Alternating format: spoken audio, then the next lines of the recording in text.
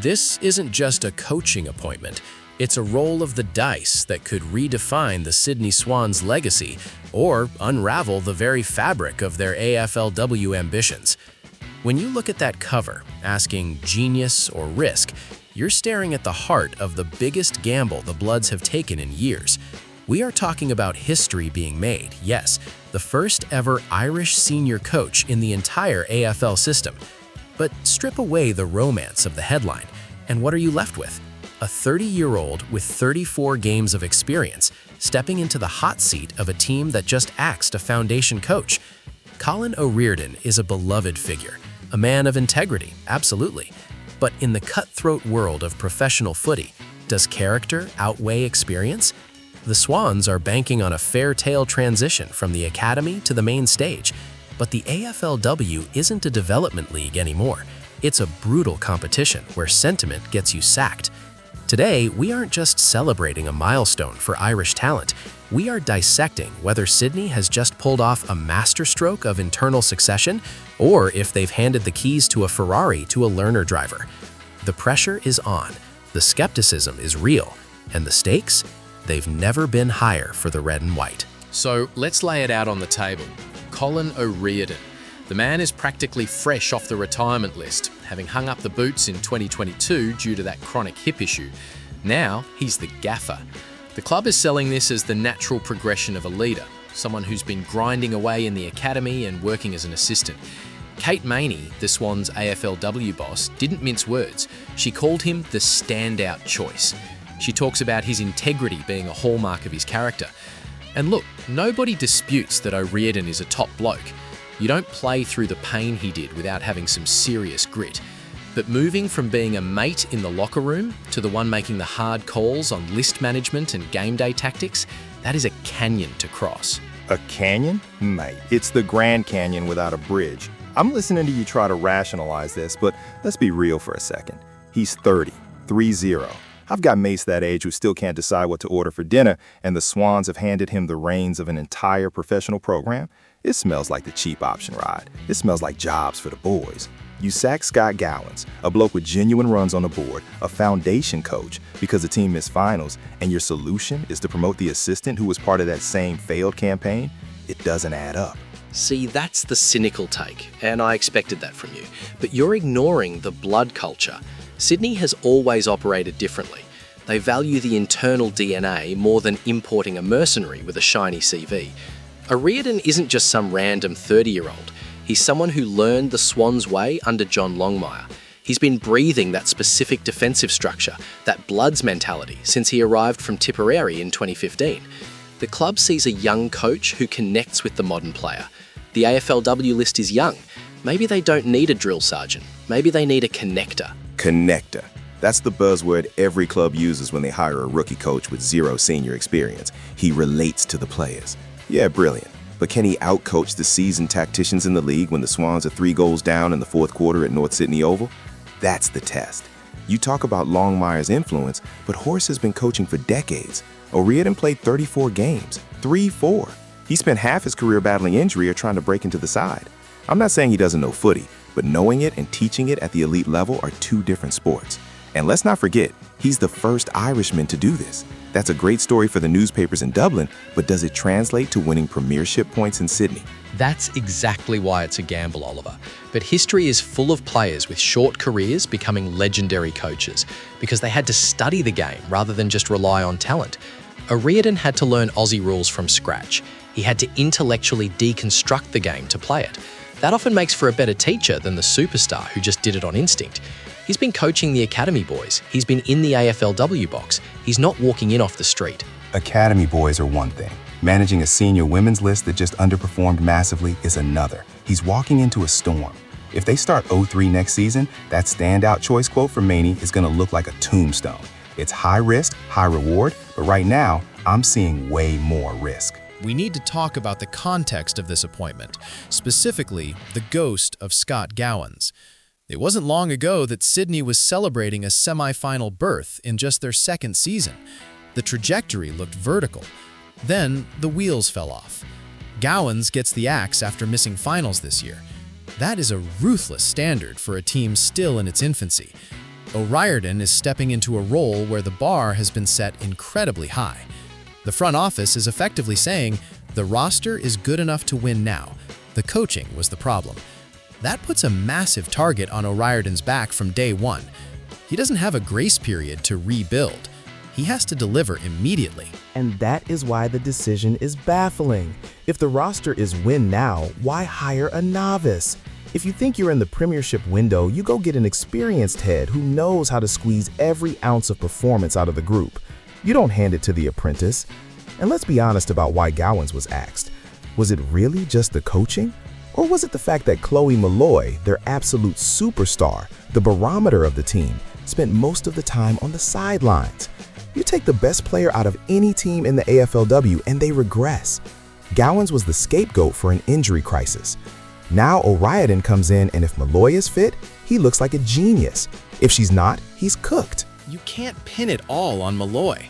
Yes, she's generational, but good systems survive the loss of a single player. The Swans looked lost structurally at times last year. That's what O'Riordan has been hired to fix. He's got to build a system that doesn't rely on Chloe Malloy doing something magical every 10 minutes. And regarding the Irish experiment, this is a fascinating angle. The Gaelic background emphasizes spatial awareness, kicking in traffic, and rapid transition. We've seen Irish players change the way the game is played. Maybe, just maybe, O'Riordan brings a tactical flavor that is slightly different to the orthodox AFL thinking, a hybrid style that could catch the competition off guard. Oh, spare me the secret tactical sauce theory. Footy is footy. You win the contest, you move the ball, you score. My worry is the authority aspect. He was an assistant coach on that team last year. He was friends with these players. Now he has to tell them they're dropped? He has to drive standards when 6 months ago he was likely the good cop to Gowans' bad cop? That transition is notoriously difficult. It's the classic substitute teacher syndrome. Can he command the room when things go wrong? Or will the players just see him as Colin from the academy? That's unfair to his professionalism. By all accounts, and Mahoney stressed this, his leadership is exemplary. You don't survive in the Swans setup if you're soft. He's been mentored by the likes of Brett Kirk, Dane Ramp, the leaders of the Bloods. He knows what a high-performance culture looks like from the inside out. And frankly, maybe the players need a voice they trust right now. Gowans' exit was abrupt. It likely rattled the group. Having a familiar face, someone who has been in the trenches with them but now has the authority to lead, could be the stabilizing factor they need. It's continuity with a fresh perspective. Continuity of mediocrity is what I'm worried about. If the coaching staff was part of the problem last year, promoting from within is just shuffling deck chairs on the Titanic. I want to see what he does when the pressure hits. It's easy to talk about foundations of a successful team in a press release. It's another thing entirely when you're facing Adelaide or Brisbane away and your game plan is getting dismantled. I just think the Swans have taken the romantic route over the pragmatic one. They love the story of the Irishman who loves the club. But love doesn't win flags, Rod. Ruthlessness does. Let's project this forward because the implications here go beyond just 2025. If O'Riordan fails, the narrative will be brutal. A publicity stunt gone wrong, or the Swans underestimated the AFLW.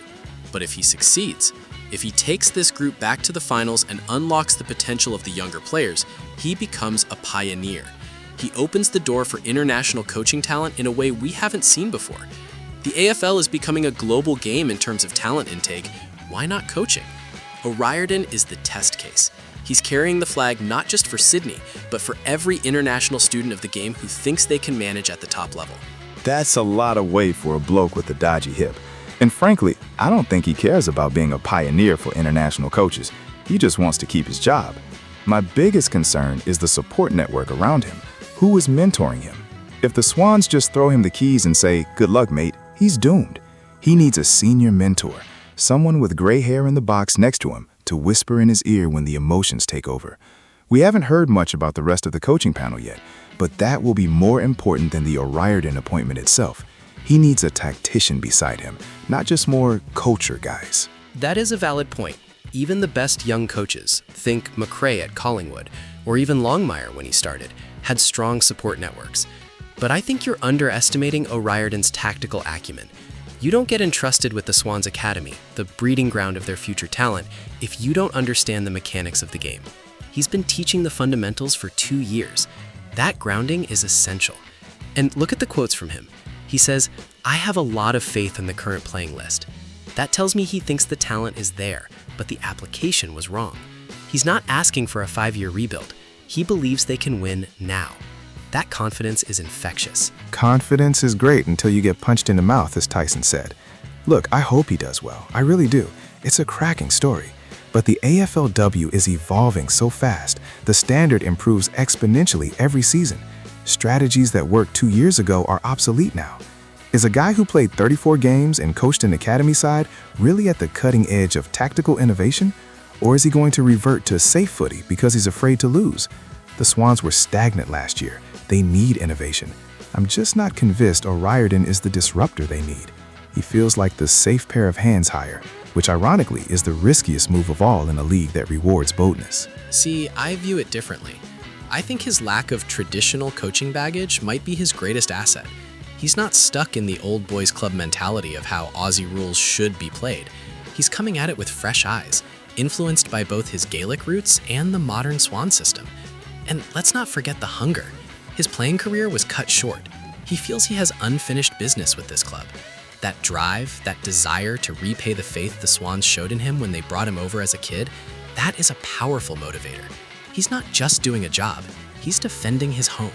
Emotion again. You're banking on emotion. I'm banking on stats and experience.